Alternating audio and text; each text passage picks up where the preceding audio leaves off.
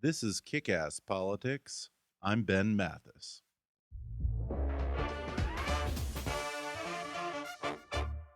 Hey folks, just a quick announcement. We're in the midst of a very important fundraising drive to come up with all of our production costs for 2016. If you like Kick-Ass Politics and you value what I'm doing here, then I hope you'll go to gofundme.com/kickasspolitics and donate what you can. It's vital that we fund our production budget for the coming year so I can focus my energies on the content side of Kick-Ass Politics and keep producing new episodes for you every week. So be a part of what I'm creating here. Just go to gofundme.com/kickasspolitics or hit the donate button on our webpage at kickasspolitics.com. Thanks in advance, folks, and now enjoy the show. Hi there, I'm Ben Mathis, and welcome to Kick-Ass Politics. Folks, you've probably heard that famous list of supposedly eerie similarities between Abraham Lincoln and John F. Kennedy. You know the one. Lincoln had a secretary named Kennedy, and Kennedy had a secretary named Lincoln, yada, yada, yada. Well, apparently, there's a similar list between Nixon and Clinton. Hear me out, folks. Nixon, his biggest fear, the Cold War. Clinton, his biggest fear, a cold sore. Nixon worried about carpet bombs, while Clinton worried about carpet burns. Nixon, Watergate, Clinton, waterbed. Nixon, known for the slogan, Nixon's the one. Clinton, known for women pointing at him and saying, he's the one. But wait, I got another one for you. There's this big Democrat political guy, high up, worked for Bill and Hillary's campaigns and everything. And one day, he says Richard Nixon was a better president than Bill. In fact, he says Nixon was the most accomplished president and liberal president of the past 100 years. Wait, hang on, just a minute. That's not a joke. That's my guest today. And he has a whole bunch to reveal about the real Nixon-Clinton relationship and more in his new book, The Nixon Effect: How Richard Nixon's Presidency Fundamentally Changed American Politics. He's Democrat strategist, pollster, and political commentator Doug Schoen. This is the guy who pioneered overnight polling, and he's been one of the most influential Democrat campaign consultants for over 30 years, working on the campaigns of Bill Clinton, Hillary Clinton, Michael Bloomberg, Evan Bayh, Tony Blair, Silvio Berlusconi, and count them three, Israeli prime ministers. But you probably recognize Doug as a political analyst for Fox News. He's also a frequent contributor to the Wall Street Journal, the Washington Post, and Newsmax. He's written 11 books, including his newest book, The Nixon Effect, and today, Doug Schoen will make the case that Richard Nixon was one of the most accomplished presidents in history and perhaps the most liberal president in modern times. He'll also talk about the profound effect that Nixon has had on politics of the past 40 years, including driving both parties to their extremes and inadvertently giving birth to the modern conservative movement. Coming up with today's guest, Doug Schoen, in just a moment.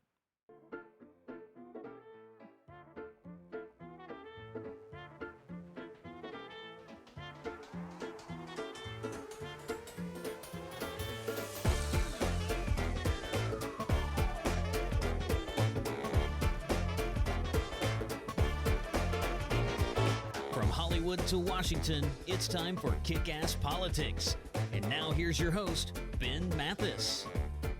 My guest today is Doug Schoen. He's a Democrat pollster and strategist who's worked on the campaigns of everyone from Bill and Hillary Clinton to Michael Bloomberg, Evan Bayh, and the late Ed Koch. He's a political analyst for Fox News and a regular contributor to the Wall Street Journal, the Washington Post, and Newsmax.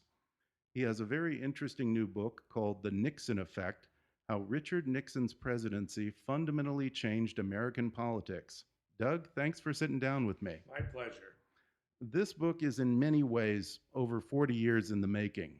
When you were at Harvard, an old professor of yours, and later a client of yours, the late Senator Daniel Patrick Moynihan, gave you an assignment: How did that lead to this book? Well, 43 years ago, he was Professor Moynihan at the time, became Senator Moynihan after being Ambassador Moynihan. Said, you Harvard undergraduates, you don't understand the importance and the role that President Nixon has played in terms of shaping domestic and indeed foreign policy. And he said, you do well to study it, analyze it, and understand it.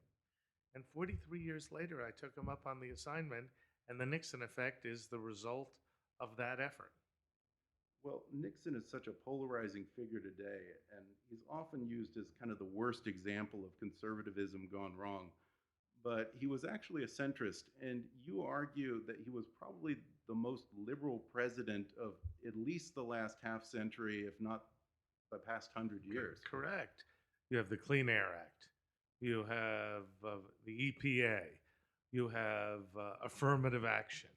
You have, he desegregated the vast majority of segregated schools in the South from, I think, 10% were desegregated to 70% when he left office. He proposed national health insurance of the kind that President Obama himself passed as Obamacare.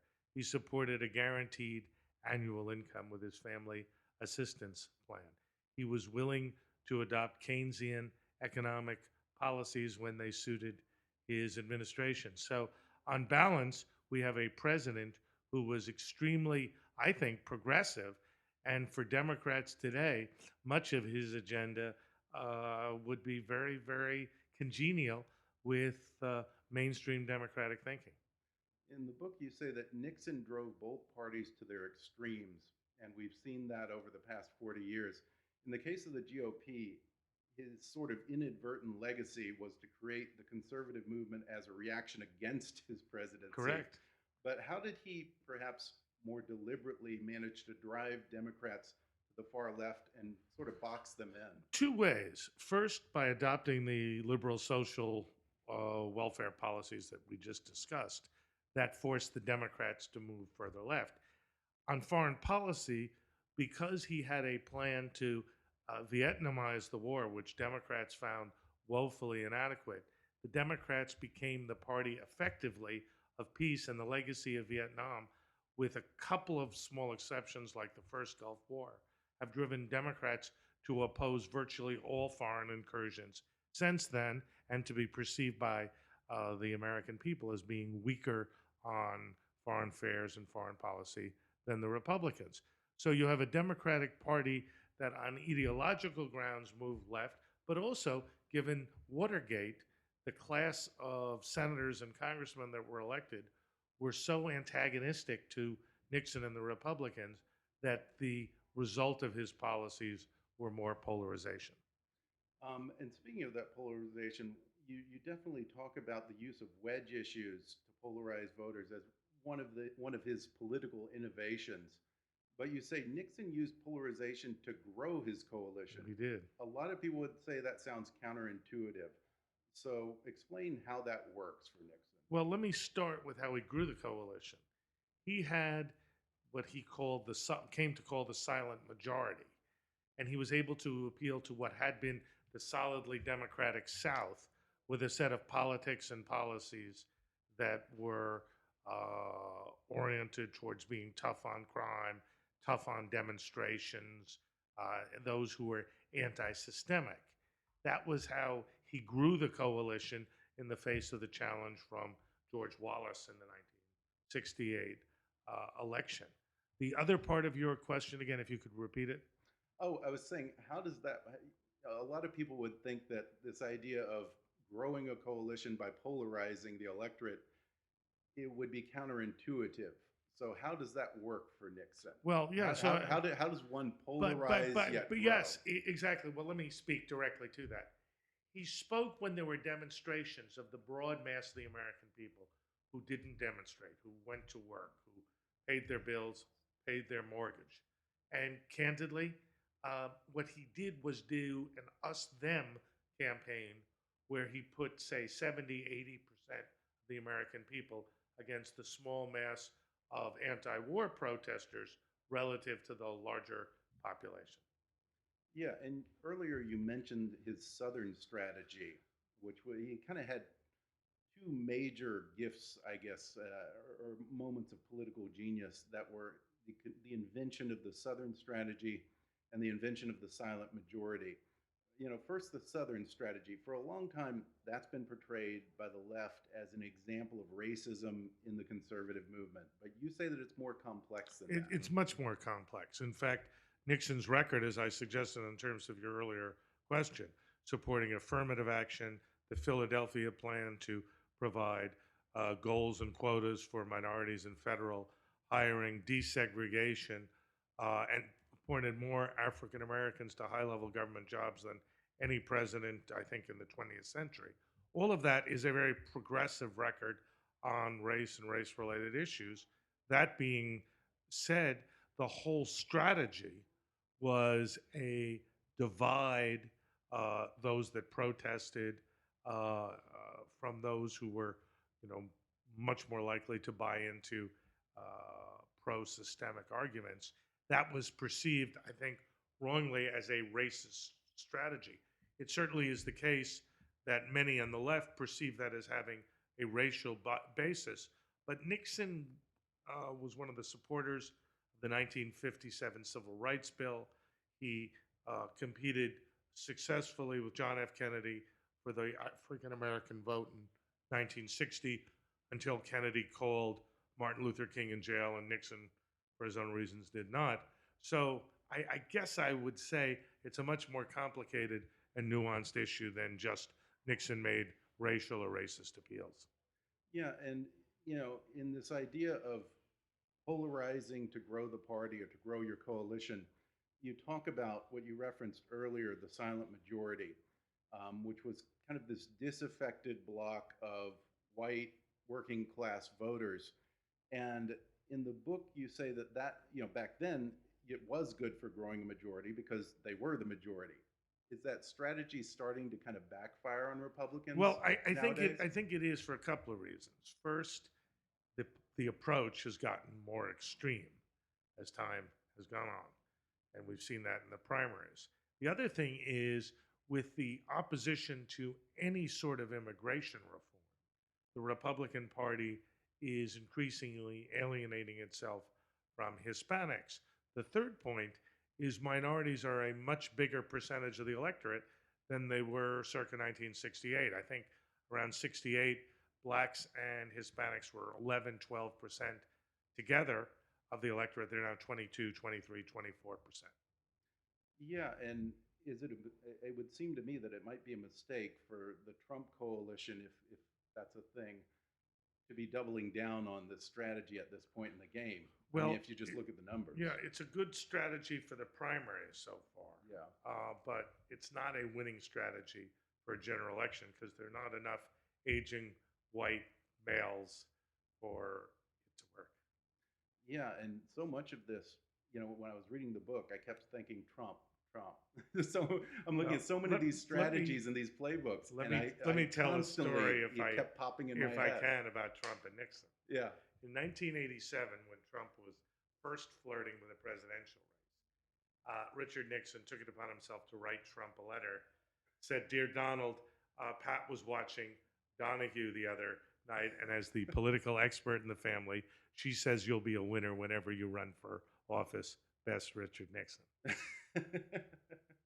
Now was there a backhanded compliment in there? I'm still trying to figure that out. It's 50% praise and 50% perhaps a little sarcasm, but I am sure if Richard Nixon were with us today, he would say with some justification that he had predicted the rise of Donald Trump. And is that what we're seeing? Is this the zenith of conservative populism that we're seeing in the Trump candidacy? I think it is. I think, when I spoke, as I mentioned, at the Nixon Library yesterday, a couple of people got up and said, "I'm for Trump just because I'm against the rest of them." And I think we're seeing a lot of that in the country now. Yeah. Well, we'll take a quick break, and then when we come back, we'll talk more with Doug Schoen about his new book, The Nixon Effect.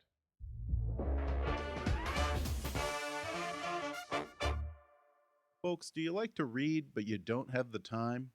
Give audiobooks a try. All those times you spend listening to this podcast, you can also be listening to a great book. You can play it on your drive to work, on a run, in the bathtub, while cooking, or just sitting and enjoying one of those rare stolen moments. And right now, you can download any audiobook you want for free with a special promotion for our listeners from audible.com. Just go to audibletrial.com/kickasspolitics for a free 30-day trial and a free download of any of Audible's 180,000 titles for your iPhone, Android, Kindle, iPad, or MP3 player. That's audibletrial.com/kickasspolitics. Or click on the sponsor link on our webpage to download the free audiobook of your choice. And now, back to the show.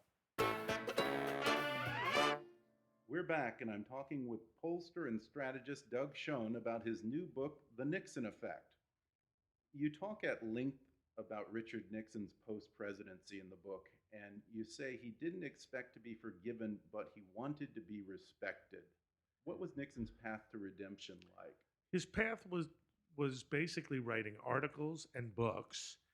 He was largely shunned by the political elite. I think the first time and he went to the White House was in '79 after having left 5 years before, when the Chinese government at a state dinner asked that he be included, Right. not anyone on the American side.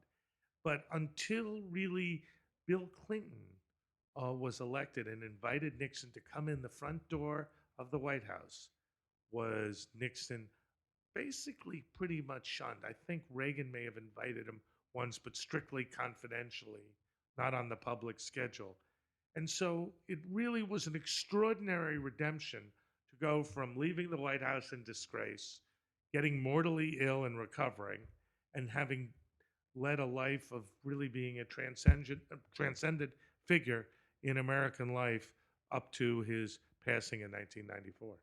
Yeah, and one thing that I found interesting about kind of his wilderness years there, he was pretty consistent in giving foreign policy advice to the Reagan administration.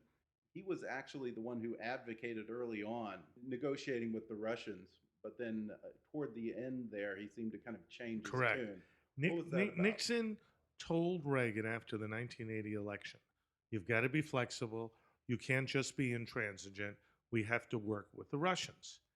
When Reagan, I think the second term, decided he wanted to eliminate all nuclear weapons, and he figured he and Gorbachev could go take a walk and accomplish that, Reagan was one of those who was saying, wait a minute, let's not be naive, let's not trust the Russians, and let's not do anything where we disarm in a way that could put the nation at risk.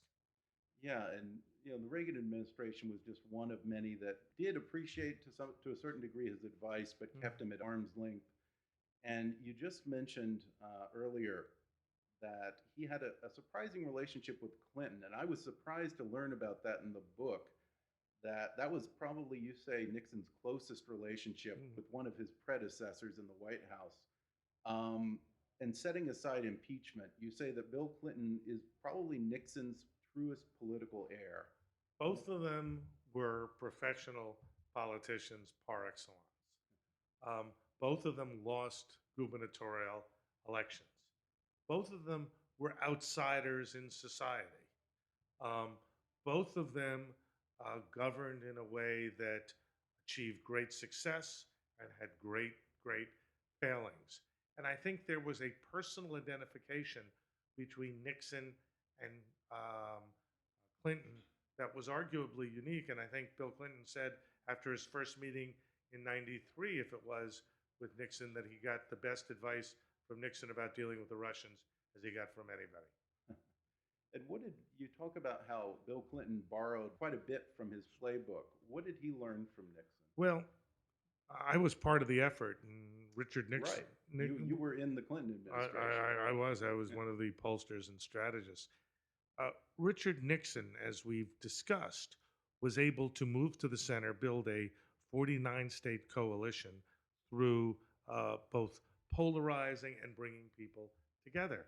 And we did something similar where we triangulated. Nixon moved to the left, Bill Clinton moved to the right. We did welfare reform, the crime bill, the balanced budget, all traditionally Republican initiatives, all done to try to co-opt the center-right, the Ross Perot vote. So Nixon kind of triangulated before there was such a thing as triangulation. That is absolutely right. Well, you also worked for Hillary's campaign last time around. I did not work for her campaign last time. I thought you I did. did work for her Senate campaign in 2000. Okay. So it's fair to say I've worked for her, but not in 2008. Okay. Do you think that she's borrowing from Nixon as well? I think she's trying to stay as far away from any association with someone like President Nixon as possible. I don't think Richard Nixon would be too sympathetic to somebody who seeks to emulate the policies of a socialist like Bernie Sanders. I think Richard Nixon would have been in the 96 campaign very, very proud of what we did for Bill Clinton.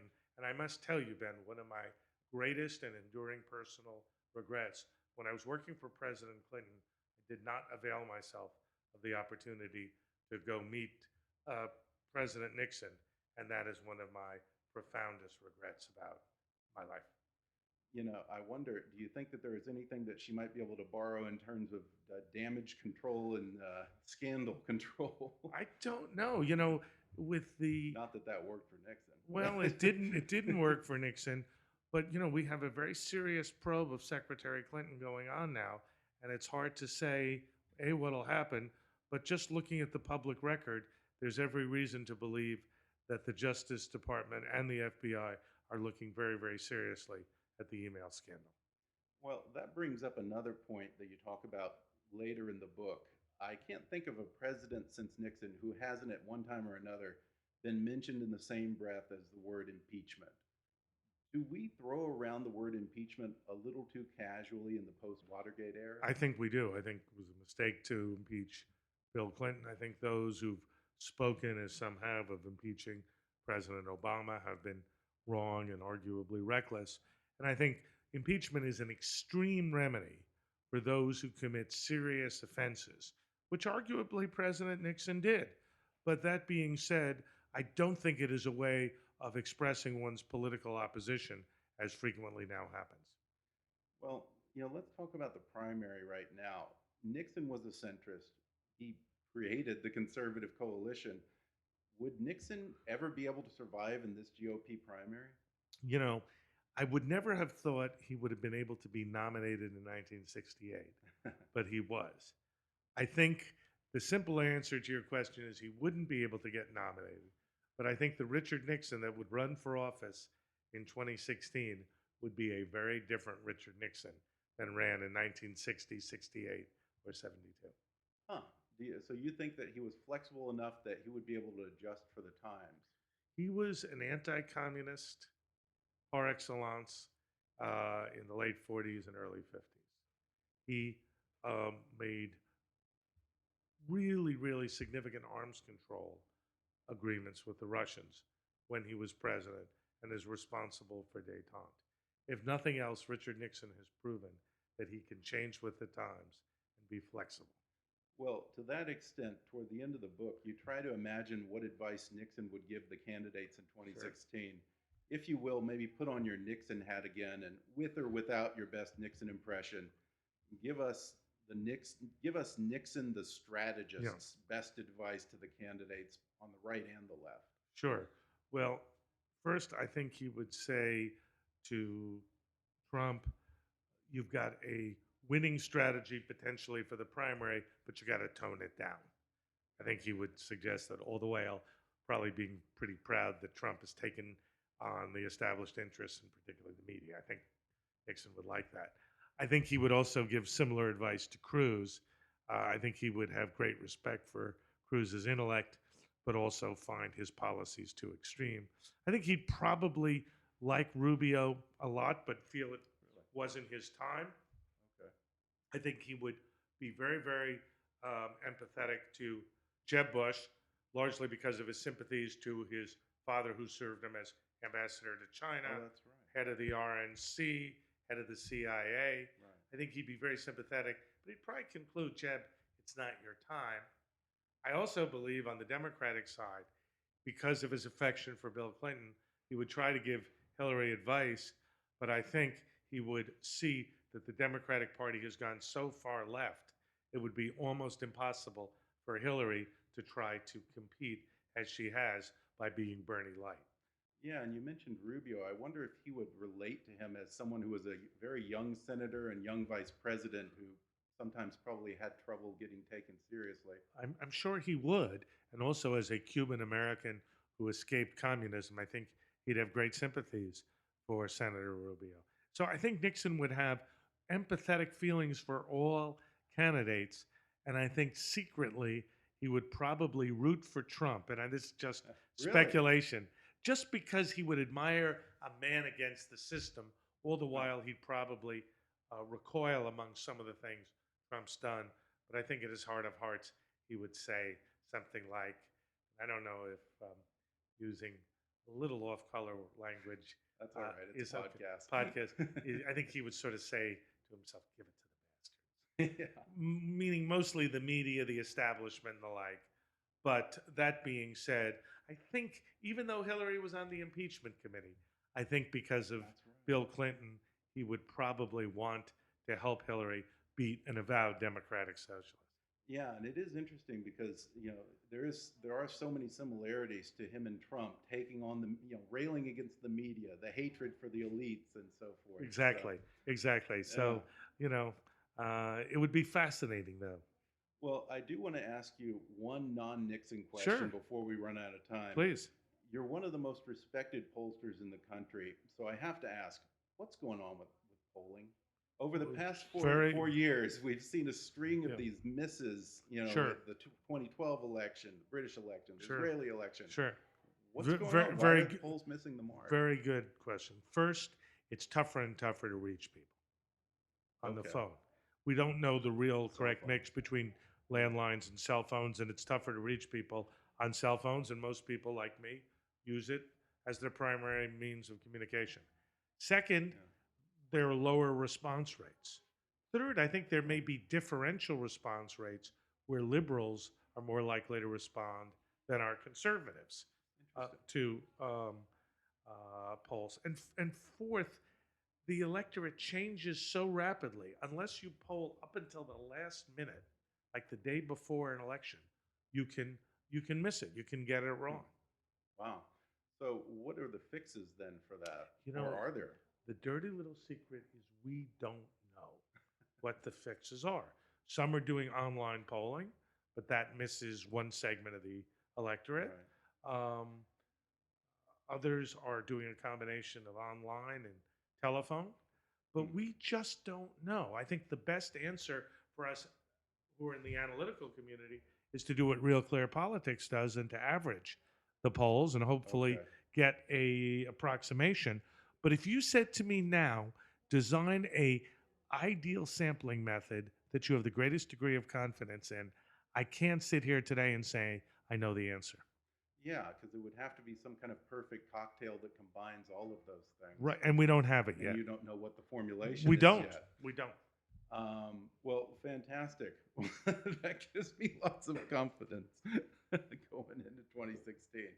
I hope we get it fixed before November. Well, I'll make a deal with you. If there are a range of polls and you are uncertain about what's going on, which probably could happen, please call me in New York. I'm not going to be here all that much, but call me in New York.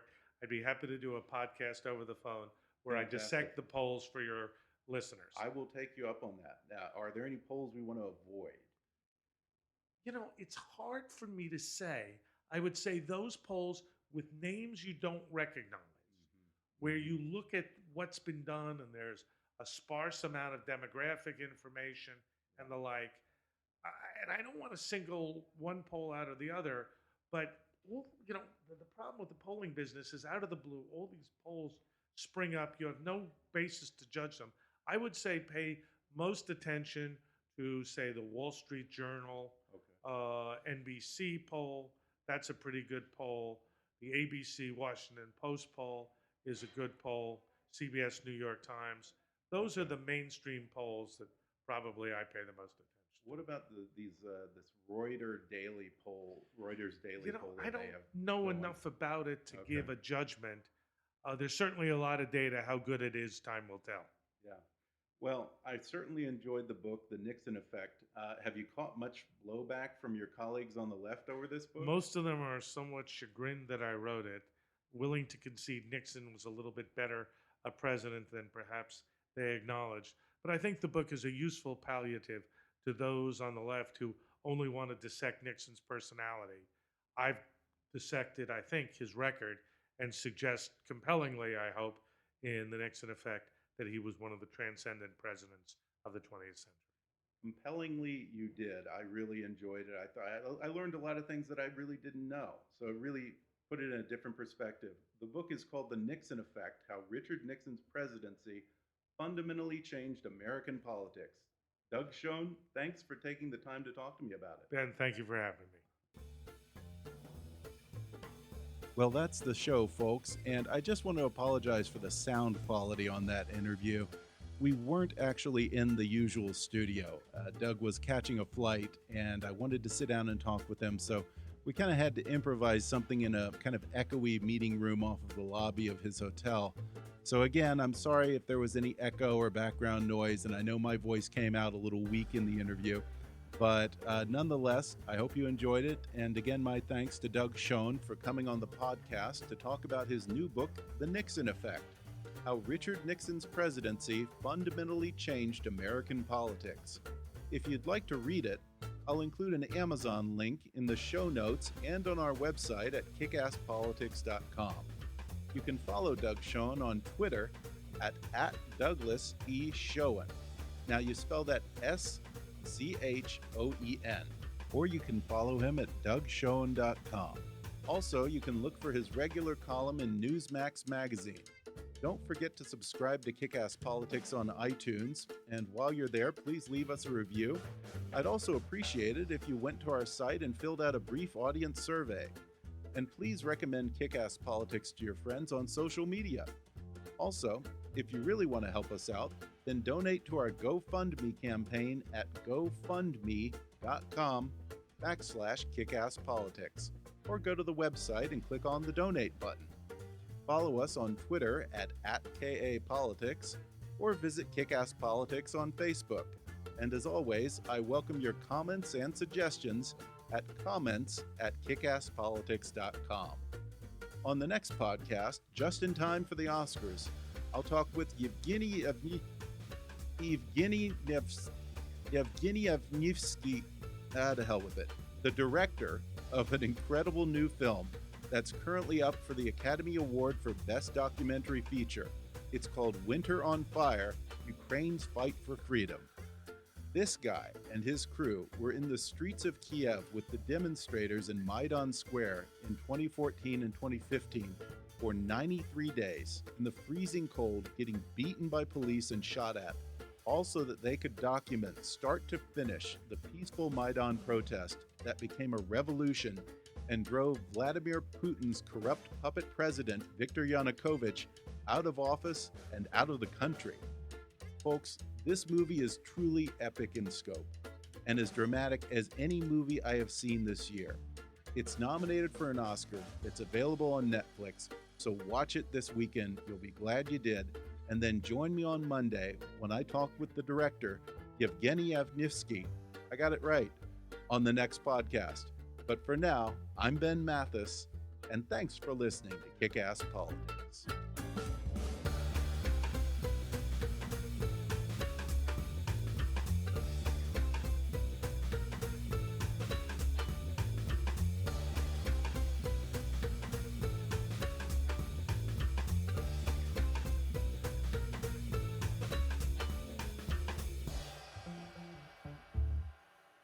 This podcast may not be reproduced without express written permission. Kick-Ass Politics is a trademark of Mathis Entertainment, Inc.